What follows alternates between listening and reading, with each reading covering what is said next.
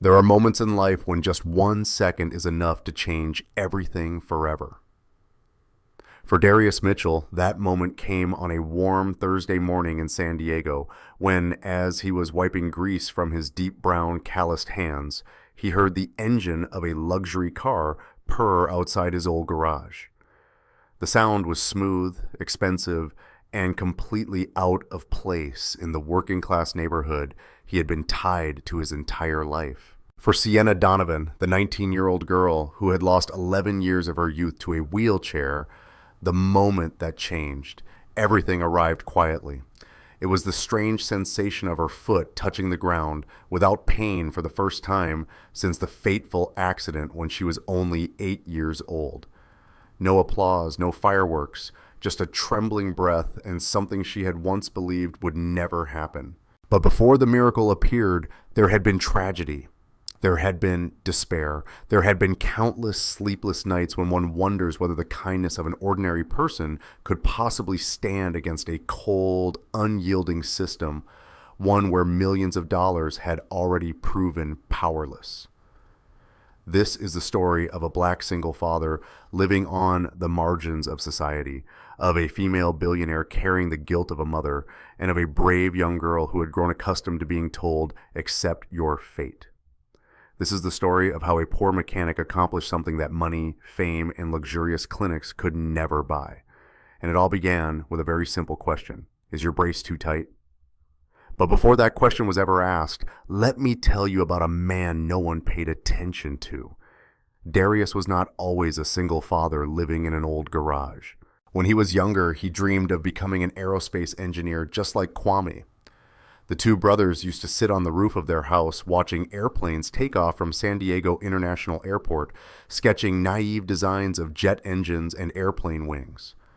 But when his wife Amara passed away after giving birth to Zuri, every plan fell apart. On the night of the funeral, Darius sat holding his newborn daughter, staring at his high school diploma and the acceptance letter from UC San Diego lying on the table. He knew he had to choose. He dropped out in his second year of college and returned to work at the small garage, once his father's workshop, before his father died of a heart attack when Darius was 18. Every afternoon while Zuri napped, Darius opened old books on mechanics. Not because he hoped to return to school, but because he believed that knowledge, even self-taught, even without a degree, could still change someone's life. He had no idea that belief would be tested so soon, and he never imagined that someone would appear on an ordinary Thursday morning, pulling him into a journey he would never forget. Because right after that question, a choice was made. And that choice changed 3 lives in ways none of them could have ever imagined. What did Darius see that an entire medical system had overlooked? Darius Mitchell had spent nearly his entire life in the suburbs of San Diego, inside a small garage, wedged between an aging industrial zone where the smells of motor oil, hot metal, and salty ocean air blended together every single day. The concrete walls had cracked with time. The old scarred tools had passed through his dark brown hands for decades. Yet it was within this makeshift space that Darius's hands quietly created things many people would call miraculous. Customers trusted Darius not because he had prestigious diplomas hanging on the wall. They trusted him because he never lied, never overcharged, and never turned his back on people who were struggling. But there was one thing very few people knew. Darius carried a wound that had never truly healed. 12 years earlier, his younger brother, Kwame Mitchell, 22 years old, brilliant and full of promise, was in his final year of aerospace engineering at UC San Diego. Kwame loved the sky, loved motion, and especially loved the ocean. One weekend afternoon, he went scuba diving with friends at La Jolla Cove. The accident happened so fast, no one could react. A violent collision with submerged rocks after diving too deep, and Kwame's spine was severely damaged. Darius still remembered the phone call from the hospital with painful clarity. The doctor's voice was cold, devoid of emotion. Your brother will never walk again. A T6 spinal cord injury. Paralysis from the chest down. At that time, Darius was only 26 years old. He had just lost his wife Amara to complications after giving birth to baby Zuri. Alone, carrying his newborn daughter, working 3 shifts a day, racing against hospital bills and mounting debt, Darius was already barely holding on. When the doctors proposed an experimental surgery that could give Kwame a chance to walk again, the cost reaching $350,000, Darius knocked on every door he could find. He borrowed money, he begged, he bowed his head, but it was not enough. It was never enough. Kwame was the first to say, "Stop."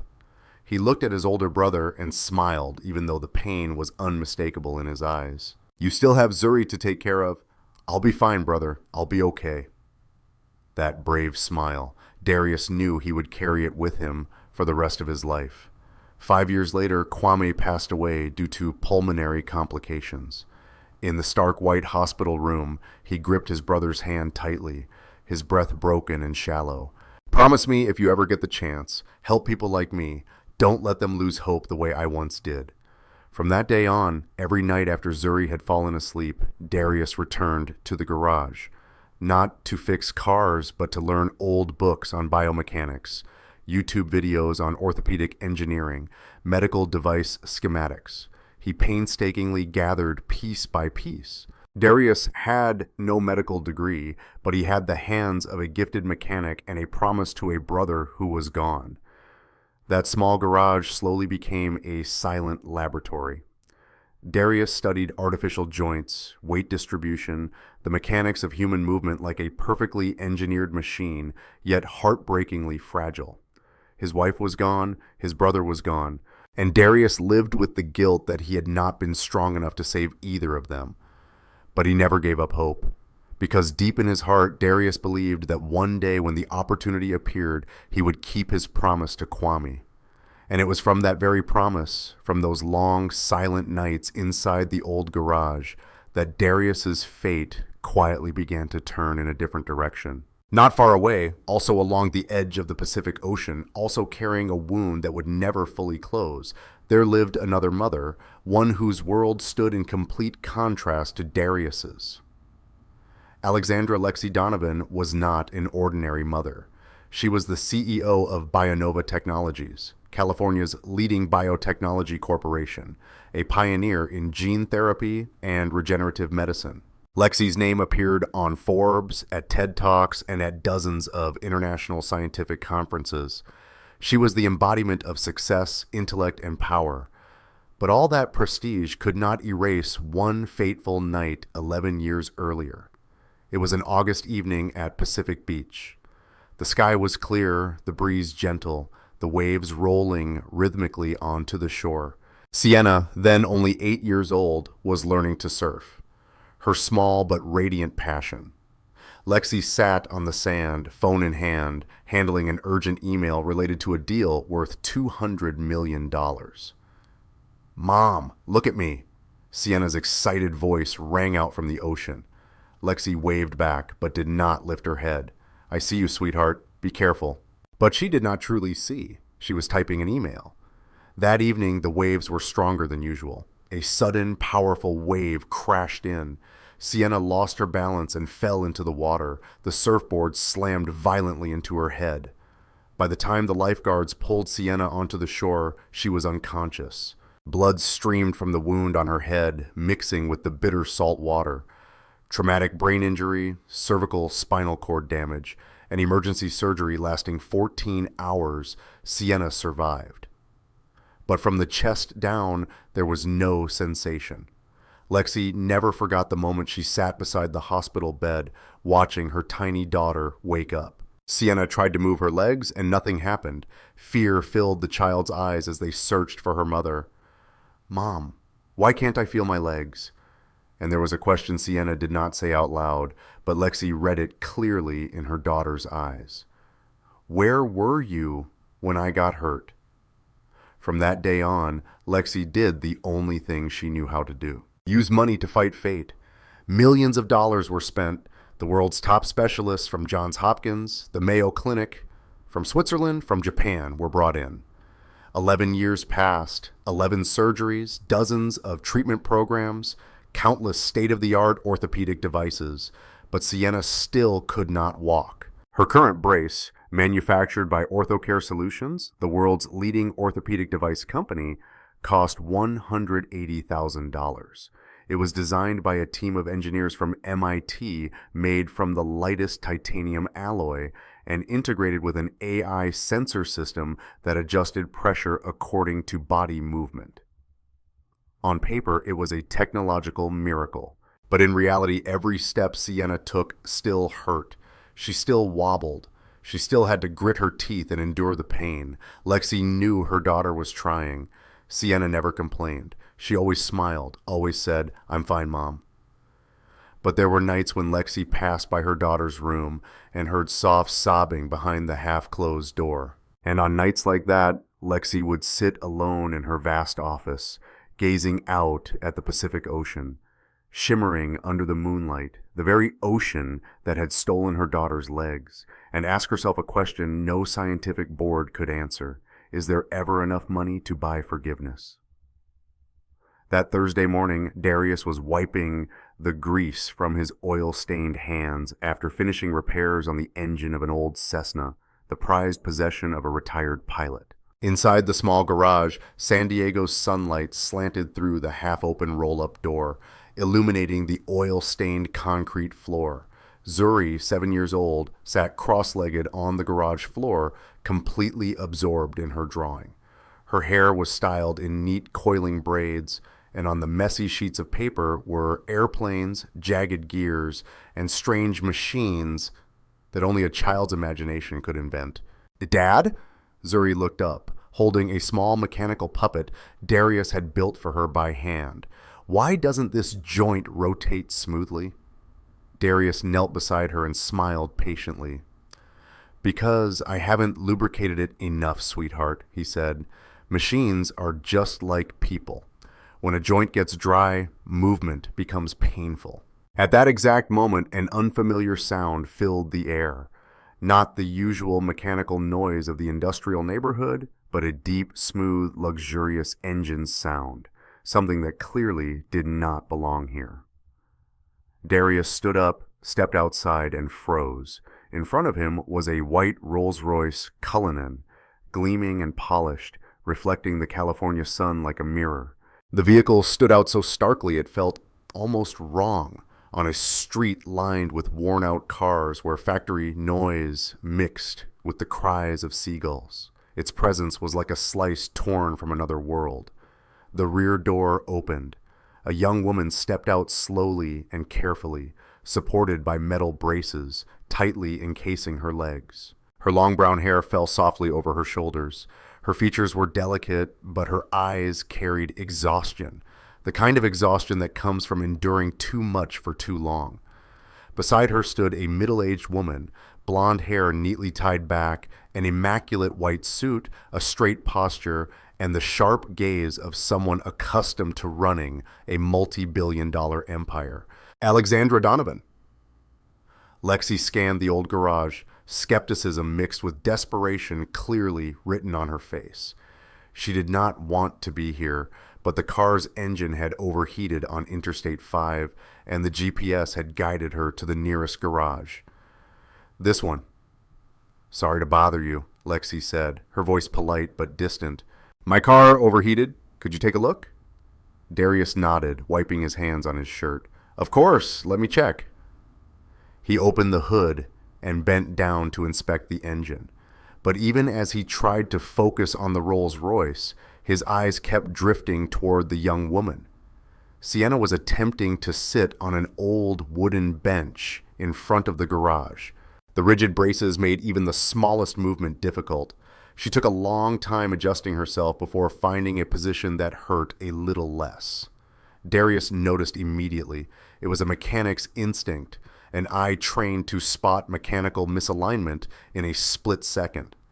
During the 15 minutes he spent checking the Rolls-Royce's engine, Darius glanced towards Sienna 6 times. Each time he saw her shifting, trying to ease the pain, but the braces would not allow it. Finally, he could no longer stay silent.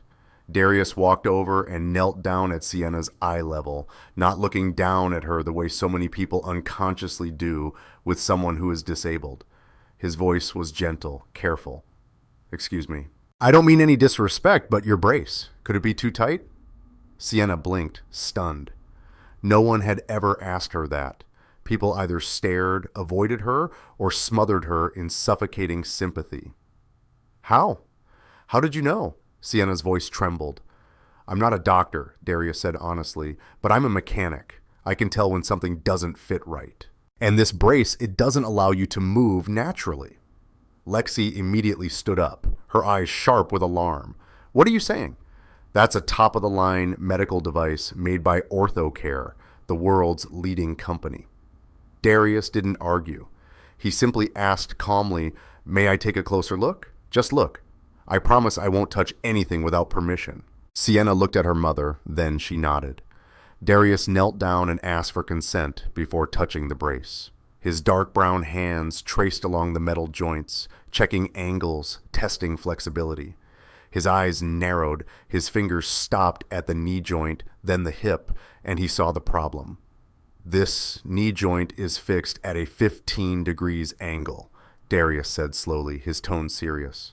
"But when a person walks naturally, the knee needs a range from 0 to 70 degrees. Because the joint is locked, every step you take, your knee can't bend. Your hip is forced to rotate about 20 degrees to compensate." He looked up at Sienna. "That's why you have chronic lower back pain, right?" Sienna's mouth fell open. "How do you know my back hurts?" Darius gestured to her posture. "You're leaning 7 degrees to the right. Your spine is adjusting to reduce pressure. How long has this been happening?" 5 years, Sienna whispered, tears spilling over. "The doctor said it was a normal side effect. I thought I had to endure it." Lexi stood frozen. She had paid $180,000. She had trusted the finest minds from MIT. And now, a black single father, a mechanic in an old garage, had pointed out in just 3 minutes what dozens of specialists had never mentioned. "So you're saying?" Lexi's voice shook. "It was designed wrong." Darius let out a quiet sigh. "Not exactly wrong. They designed it for technology, for sensors, for appearance. But they forgot the most basic thing." He looked at Sienna. "They forgot how the human body actually moves." So Sienna gathered all her courage and asked, "Can you fix it?" Darius looked at her. In her eyes he saw Kwame. He saw the promise he had made long ago. He saw a fragile hope he could not betray. "I don't know," Darius said softly, "but I can try." That night, inside the $15 million oceanfront mansion in La Jolla, Lexi could not sleep. She stood silently before the wide open window, gazing out at the Pacific Ocean, the ocean that had taken everything from her. Moonlight reflected across the surface of the water, shattering into cold fragments of light like broken glass scattered across the sea. Lexi remembered the night of the accident. She remembered the phone in her hand. She remembered Sienna's excited voice. "Mom, look at me." And she remembered the moment she did not look up. For 11 years, Lexi had tried to buy forgiveness with money. The best doctors, the most expensive devices, the most advanced operating rooms. But all of it had failed. And now, a solitary man, dressed in oil-stained clothes, living in an old garage in the middle of an industrial district, was saying he could do what money could not buy. Lexi wanted to believe him, but she was afraid. Afraid that if he was wrong, Sienna could be permanently injured.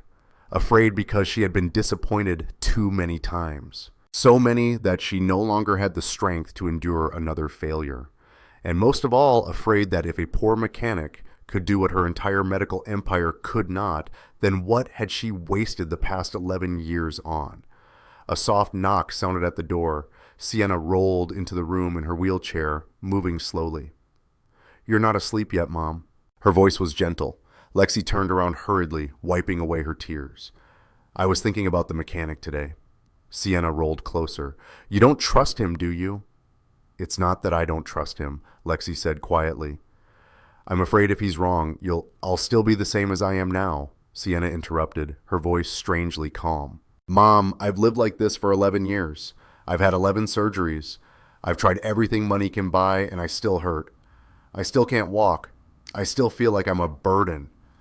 You are not a burden, Lexi broke down.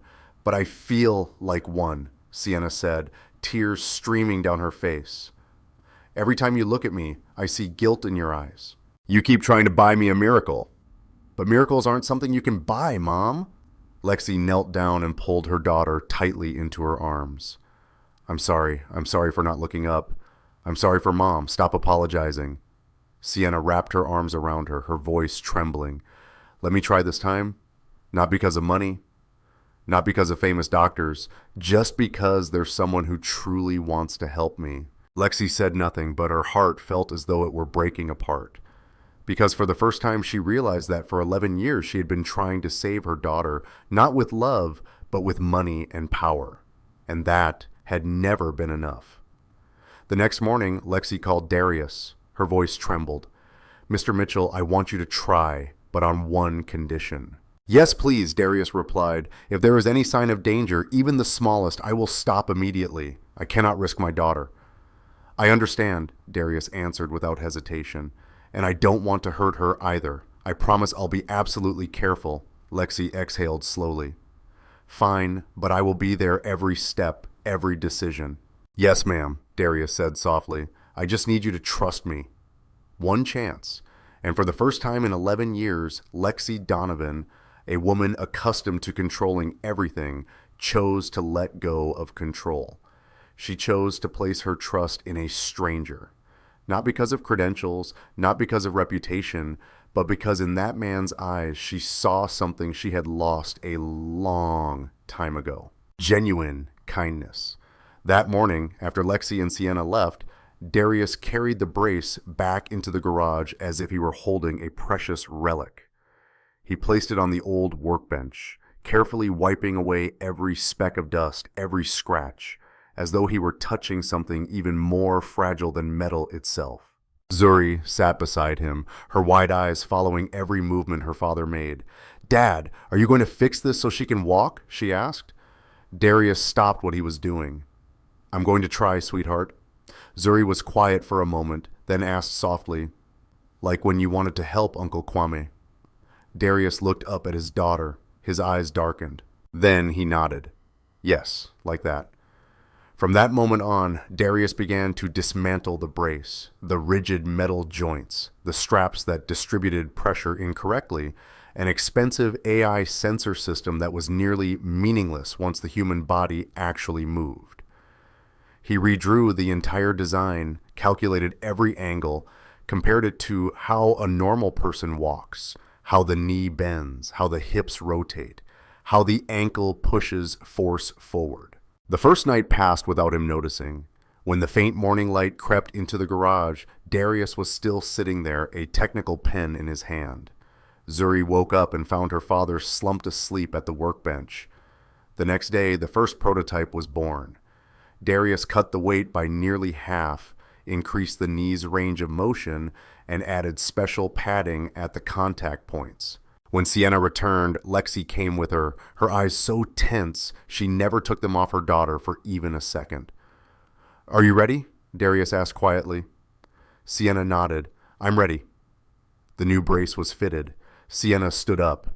In the first few seconds, she smiled. It really was lighter. It really was easier to breathe. But on the third step, a scream of pain tore through the garage. Ah! Sienna collapsed. Blood streamed from her ankle where the metal joint had cut into her skin. Lexi screamed and rushed forward, pulling her daughter into her arms. That's enough, Mr. Mitchell. Enough.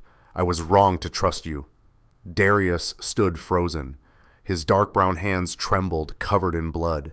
In his mind, the image of Kwame on the hospital bed years ago came flooding back, along with the same unbearable helplessness. I'm sorry. I'm so sorry. His voice choked. Lexi helped Sienna into the car without another word. But just before the door closed, Sienna turned back and looked at Darius through her tears. Don't give up. That night, the garage sank into darkness. The broken brace lay motionless on the table. Sienna's blood had not yet been wiped away. Darius sat alone, his phone in his hand, about to call Lexi to give up. His fingers trembled over the screen. Zuri hadn't only watched her father work endlessly, she had watched him change day by day. In the mornings, when her father woke before the sun, his eyes red from lack of sleep, Zuri quietly heated a cup of milk for him, even though her hands were still unsteady. "Drink it, Dad. You need your strength," she said, her voice serious like an adult's. Once Darius picked her up and asked softly, "Are you scared if Dad fails?" Zuri shook her head. "If you don't try, you'll regret it for the rest of your life. Just like not being able to save Uncle Kwame." Darius held her tightly, unable to say a word. His 7-year-old daughter understood more deeply than many adults ever would. But there was one thing Zuri didn't tell her father. Every night, when she heard the sounds of hammers and drills echoing from the garage, she opened her small diary and wrote, "Dear God, please help Dad succeed. He's already lost Mom, lost Uncle Kwame. Please don't let him lose hope, too." And every morning when she saw her father still trying, Zuri knew her prayer was being heard. "What are you doing, Dad?" Zuri's voice came from the doorway. Darius startled. You're not asleep yet." Zuri walked over and sat beside him. "I saw you crying." Darius turned his face away. "I heard someone, sweetheart. I thought I could help, but I only caused them more pain."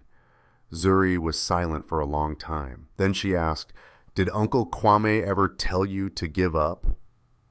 Darius felt as if he stopped breathing. "I remember Uncle saying, 'You should never give up on people who need help.' Right, Dad?" Darius pulled his daughter into his arms and broke down. "You remember so well. Then don't give up. Sister Sienna still believes in you." At that moment, the phone vibrated. A message from an unknown number. "Mr. Mitchell, this is Sienna. I'm sorry about my mom today. I'm okay. Please don't give up on me. I believe in you." Darius stared at the screen, tears falling. But this time they were not tears of despair. They were tears of determination. He stood up, switched the lights back on in the garage, and reopened the design plans. "Zuri, Dad will do it again. This time Dad has to succeed." In the hours that followed, the second prototype was created. Darius changed the material using aircraft-grade aluminum alloy. He wrapped all contact points in medical-grade silicone. He added shock-absorbing springs to the knee joint. The next morning, he called Lexi. "Mrs. Donovan, I'm asking for one more chance." Lexi was silent for a long time. "Are you sure?" "No, but I can't give up." When they arrived, Lexi was colder, but Sienna smiled at Darius, a smile so brave it made his heart ache. This time, Darius installed the brace more slowly, checking every detail. Sienna stood up. The first step, fine. The second step, fine. The third step. A scream erupted, even more violent than before. The hip joint shifted, pressing hard into the pelvis. Sienna collapsed. "No, no," Lexi screamed. "I won't allow this anymore. I'll sue you. You're hurting my daughter." She called her lawyer right in front of Darius. Everything fell apart. But as Lexi prepared to take Sienna away, the girl turned back, grabbed Darius's hand, and whispered through tears, "Promise me you won't give up." Darius couldn't speak. He only nodded. That night, Darius sat on the garage floor, his back against the icy wall. "Kwame, I can't do it. I'm sorry." Then the memory returned. Kwame holding his hand, his voice weak. "Don't apologize. Just promise." Darius jumped to his feet, and then he saw it. The problem wasn't the joint. It wasn't the weight. It was the center of balance. Everything from the original brace to both of his prototypes had placed the center of balance wrong. They placed it at the knee. But when a human being walks, the true center of balance must be at the hip, Darius whispered. The center has to be at the hip. This time he didn't fix it. He redesigned everything from scratch. In the days that followed, Darius disappeared from the world. The garage closed. Customers were turned away. Zuri brought food to her father and saw that he slept only 2 or 3 hours a night. "Are you tired, Dad?" she asked. "I'm okay, sweetheart. I just need to finish this." Darius spent all $3,000 of his savings, the money he had set aside for Zuri's private school tuition next year, to buy the best materials. He tested the brace on his own legs, strapped it on, walked, fell, got up, adjusted it, tried again. The neighbors began to whisper, "Darius has gone crazy." But Mrs. Maria, 70 years old, the woman who had known Kwame, said only, "That boy is saving a life. Leave him alone." On the 7th day, Darius finished.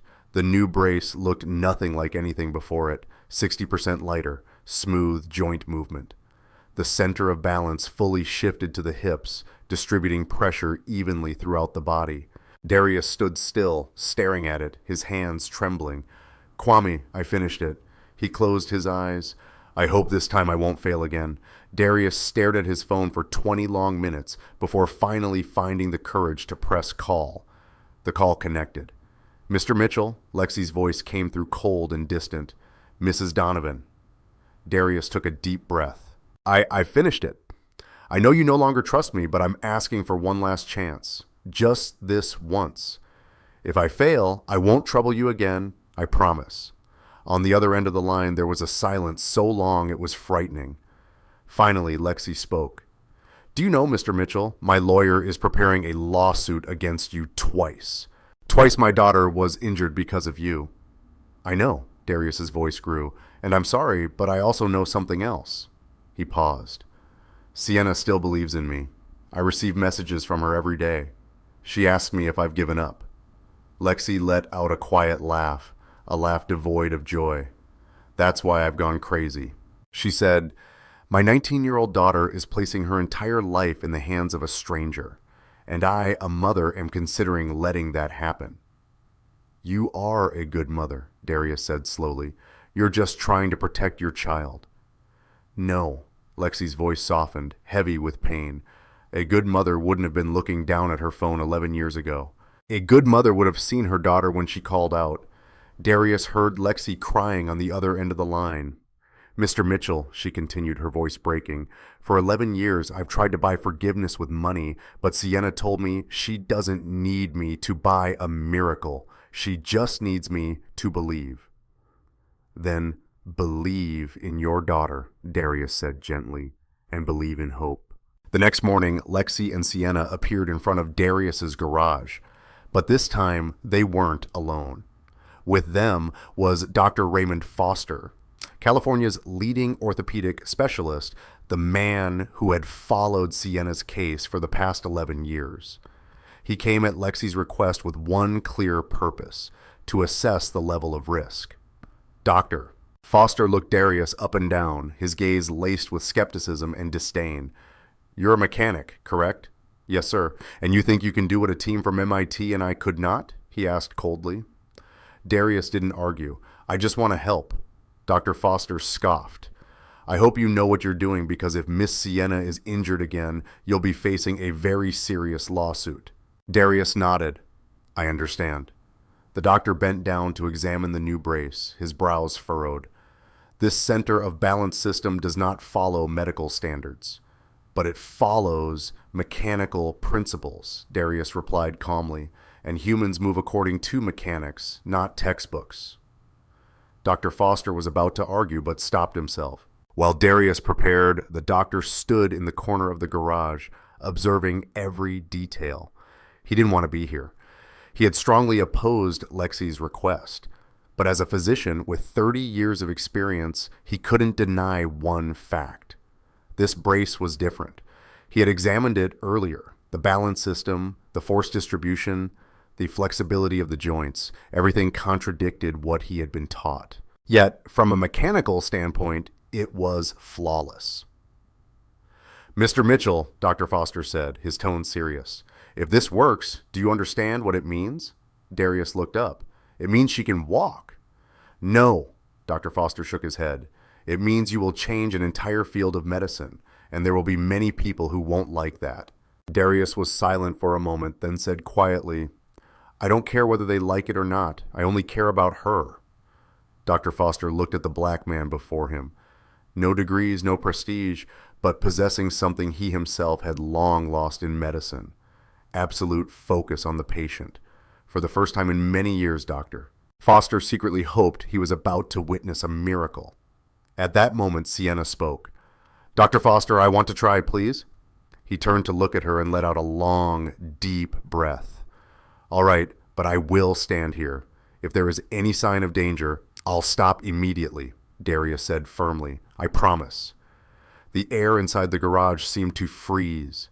The final attempt began. The entire garage fell into silence.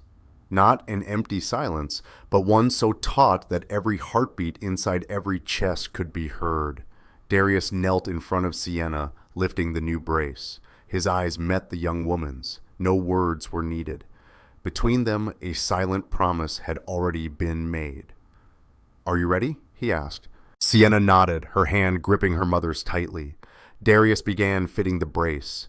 This time, every movement was slow and absolutely gentle. He checked every strap, every joint, every contact point, as if a single misalignment could shatter the miracle itself.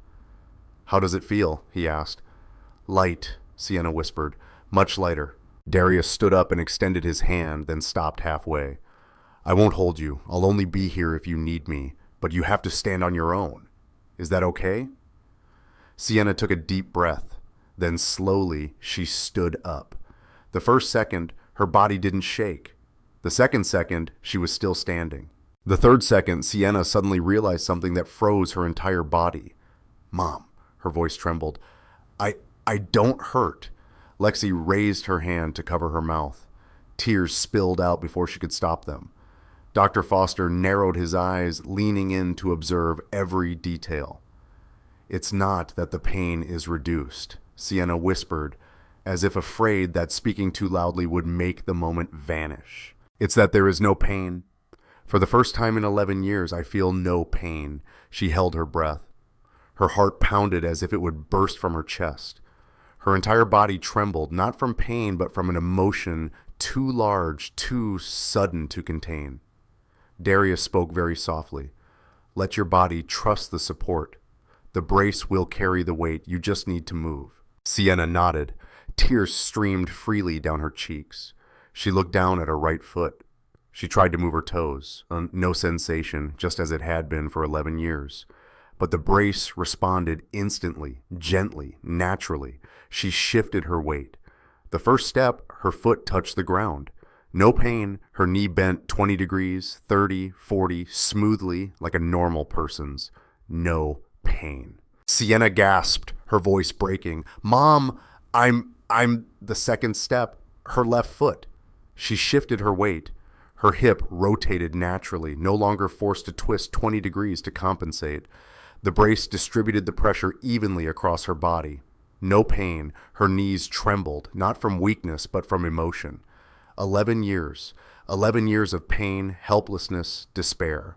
And now, the third step, the fourth step. Sienna could no longer hold it in. She burst into sobs. Yet she kept walking. Mom, I'm walking. I'm really walking. Lexi collapsed onto the garage floor. Her hands shook violently as she covered her face, sobbing like a child. 11 years of guilt, 11 years of self-torment, 11 years of trying to buy a miracle with money. And the miracle had finally arrived. Not from wealth, but from the dark brown hands of a lonely father in an old garage. Sienna kept walking, one step at a time, steadier. 1, 2, 3, 4, 5 steps. She turned to look at Darius, her face soaked with tears, yet glowing with an indescribable radiance. You did it. You did it. Darius stood there, both hands gripping the edge of the workbench. He couldn't speak. Tears streamed down his grease-stained face. In that moment, he saw Kwame. He saw his brother in Sienna, and this time he had not failed. Dr. Foster stood frozen. His mouth hung open. He stepped forward, examining the way Sienna moved, the joint angles, her posture. Unbelievable, he whispered. This center of balance system, it's absolutely genius. But no one heard him because Sienna was running, actually running toward her mother. Lexi sprang to her feet and opened her arms wide. And for the first time in 11 years, mother and daughter embraced while standing. Not in a wheelchair, not on a hospital bed, but standing. Two women holding each other tightly, crying like children. I'm sorry, Mom, Lexi sobbed. Stop apologizing, Mom, Sienna whispered. You didn't give up on me. You gave me this chance. They both turned to look at Darius, a poor black single man, his hands stained with oil, standing there crying without a sound. Lexi walked over without hesitation and wrapped her arms tightly around him. "Thank you. Thank you for not giving up." Darius nodded, his voice breaking. "I promised my brother that I would never give up on people who need help." At that moment, Zuri ran into the garage, clapping her hands and cheering. "She can walk. Dad did it." Sienna knelt down, hugged Zuri, and smiled through her tears. "You have an incredible dad." Outside the garage, neighbors had gathered in a crowd. Some clapped, some cried. All of them were witnessing a miracle being born right before their eyes. In the hours that followed, Darius's garage became a gathering place for the entire neighborhood. The neighbors who had seen Darius quietly endure hardship day after day, who had watched him raise Zuri alone, who had heard him cry at night after Kwame died, now embraced him, cried with him as if this miracle belonged to all of them. Mr. Martinez, the retired welder, said with a trembling voice, "Darius, do you know what you've done? You've given all of us faith that ordinary people can still do extraordinary things." Lisa, the owner of the corner grocery store, wiped her tears. "My son has had cerebral palsy since he was little. I gave up hope. But today, Darius, can you help my son?" Darius looked at the hopeful faces surrounding him. He hadn't prepared for this. He had only wanted to help one person. But now an entire community was placing its faith in him. And in his heart, Kwame seemed to whisper, "See, you've done more than you ever thought you could." 70-year-old Mrs. Maria, tears streaming down her face, called out, "Kwame, do you see it? Your brother did it."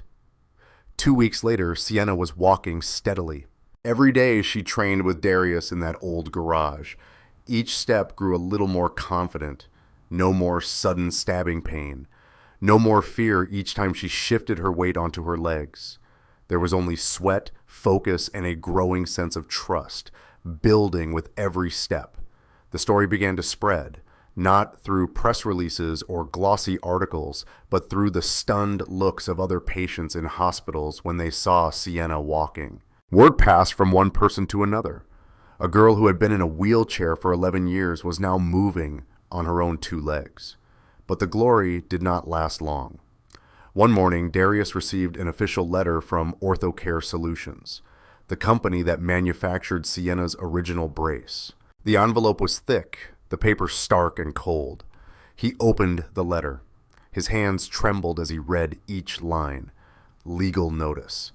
"Dear Mr. Darius Mitchell, we have been informed that you have unlawfully modified an OrthoCare Model X 7 medical device without a medical or biomedical engineering license. This action violates FDA regulations governing Class 2 medical devices. We hereby demand that you immediately cease all activities related to medical devices. Failure to comply will result in civil and criminal legal action. Response deadline 7 days." Darius sank into a chair. The letter slipped from his hand. "Are they going to sue you, Dad?" Zuri asked, her voice trembling. "Maybe," Darius replied softly. "Very likely, sweetheart." The news spread quickly, and this time it wasn't just one company. The California Orthopedic Association also issued an official statement, cautious but firm in tone. They said that while they sympathized with Sienna Donovan's case, a person without medical credentials modifying a medical device was dangerous and unlawful, and they urged authorities to intervene. Pressure mounted on Dr. Foster, the doctor, who had witnessed Sienna walk with his own eyes. He called Lexi, his voice noticeably heavier. "Mrs. Donovan, I am truly happy for Sienna, but I cannot publicly support Mr. Mitchell. If I do, I will lose my medical license." Lexi understood, but she did not accept it. She organized a press conference. In front of dozens of reporters and cameras pointed straight ahead, Sienna stepped out, walked out without a wheelchair. The entire room froze for several seconds. The murmurs stopped cold. Lexi stood at the microphone, her voice calm but razor sharp. "For 11 years, I spent millions of dollars on the best experts in the world. They could not help my daughter. But a black single father working in an old garage did what money could not buy. And now you want to sue him? A reporter raised his hand. But ma'am, aren't you concerned that he has no medical credentials? Lexi looked straight into the camera. Credentials did not make my daughter walk. Mr. Mitchell's heart and talent did. Sienna stepped forward, her voice trembling but clear and resolute. My name is Sienna Donovan. For 11 years, I lived in pain, not because I lacked money, but because people with credentials forgot that I am a human being, not an engineering project. Darius treated me like a human being, and he gave me my life back. The press conference video went viral at lightning speed. Millions of views in just a few days. Social media erupted. Some called Darius a living miracle, saying the medical system had drifted too far from patients, too focused on procedures and profit. They shared Sienna's story as proof that genuine kindness and true talent still had a place. But there were also many voices of opposition. Some warned that Darius was playing a dangerous game, that a single small mistake could cost Sienna her life. They reminded everyone that laws exist not to block miracles, but to prevent disasters. Darius's story was no longer just his own. It became a larger debate between law and compassion, between standards and humanity, between protecting a system and saving a life. And at the center of it all, Darius Mitchell, a poor mechanic, stood before the biggest choice of his life. 1 week later, Lexi returned to the garage. She stood in front of Darius for a long time, as if trying to memorize every detail of the man who had changed her daughter's life. Mr. Mitchell, she said, her voice low but resolute, I want to hire the best legal team to protect you. I'll cover all the costs. Darius shook his head immediately. No, Mrs. Donovan. If I accept, everything will only get louder. The scandal will grow. Other patients will become afraid, and they'll no longer dare to trust me. Lexi frowned. Then what are you going to do? Sit back and let them sue you? I'll take responsibility for what I've done, Darius replied, his voice strangely calm, but I won't apologize for helping Sienna. Lexi looked at him, tears welling up. Why? She asked, almost pleading. Why do you have to sacrifice like this? Darius smiled, a sad but steadfast smile. Because I promised my brother, and I will never betray that promise. That night, after most of the lights in the garage had been turned off, a stranger appeared. She introduced herself as Dr. Victoria Morgan, a professor of biomedical engineering at Stanford, one of the world's leading experts in orthopedic devices. She came with only one request. I want to see the brace. Darius handed it to her. Dr. Morgan said nothing. She examined it for 30 minutes in complete silence, rotating each joint, observing every point of force, distribution, making quick notes in her notebook. Finally, she looked up at Darius. You're self-taught? Yes, I am. No one taught you about dynamic center of balance distribution? No. Darius shook his head. I researched it myself. Dr. Morgan removed her glasses and wiped tears from her eyes, an action that left Darius stunned. Genius, she said softly. You are an untrained genius. She paused for a moment, then continued. I will testify for you. I will tell the FDA that this design surpasses everything currently on the market. Darius couldn't believe his ears. But your colleagues will oppose you. You could. I don't care. Dr. Morgan cut in. In 30 years of this profession, I've never seen anyone understand the mechanics of the human body the way you do. If the medical system sues you, then it is suing progress. The following week, Dr. Victoria Morgan appeared at the FDA hearing. Before the expert panel, she presented her case clearly and methodically. Mr. Darius Mitchell's design is not only safe, it is more advanced than existing orthopedic devices. I propose that the FDA grant a special license, allowing Mr. Mitchell to continue designing under my direct supervision. OrthoCare objected fiercely, but when the FDA directly examined the brace, measuring, testing, and analyzing, it was forced to acknowledge an undeniable truth. It was genuinely better. 2 months later, Darius received a letter from the FDA. He opened it, his hands trembling. Special license. Mr. Darius Mitchell is authorized to design orthopedic devices under the supervision of Dr. Victoria Morgan, term 2 years for the purpose of completing an official biomed engineering certification. Darius sat down. The letter slipped from his hand. Tears streamed down his face. "Kwame," he whispered, "I did it. I kept my promise." 1 year later, Mitchell Mobility Solutions, a rehabilitation engineering center founded by Darius with the quiet backing of Lexi, officially opened its doors in San Diego. The building was not luxurious. There were no flashy signs, but inside it was filled with light, fully equipped, and above all, brimming with hope. At the entrance stood a simple plaque: Mitchell Mobility Solutions, making hope walk again. Dedicated to Kwame Mitchell, 1988 to 2013. On opening day, dozens of families lined up early in the morning. Children in wheelchairs, adults wearing braces worn thin by years of use, elderly people carrying eyes that had nearly given up hope. Darius greeted each person one by one. He did not stand on a raised platform. He knelt down at eye level with them and always began with the same question: "Can you show me how you're able to walk right now?" Sienna was there too. She had become a physical therapy assistant and was in her final year studying rehabilitation science at UC San Diego. She welcomed families warmly, patiently sharing her story, not to boast of a miracle, but to show them that miracles are real if we do not give up. Zuri, now 8 years old, helped her father in the workshop. She drew naive designs, learned how to hold tools, and always asked the same question: "Dad, would Uncle Kwame be proud of you?" Darius pulled his daughter into his arms, tears falling.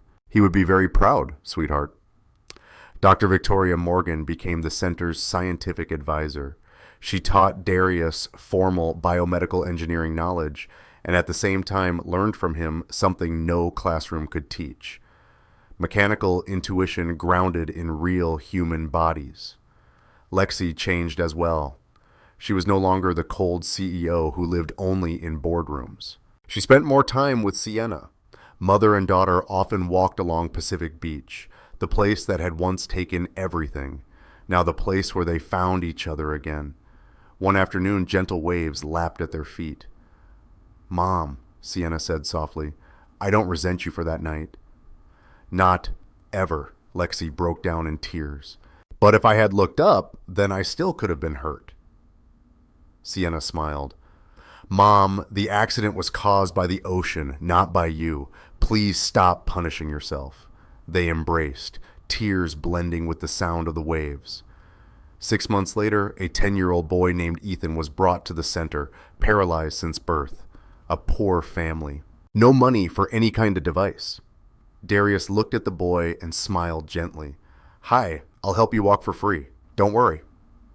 The boy burst into tears. His mother knelt down in gratitude. Darius shook his head. "Don't thank me. Thank the one who taught me never to give up." He looked up at the sky and whispered, "Kwame, I miss you." 2 years later, Darius completed his biomed engineering certification. He became the first person in history to be licensed based on practical genius rather than the traditional academic path.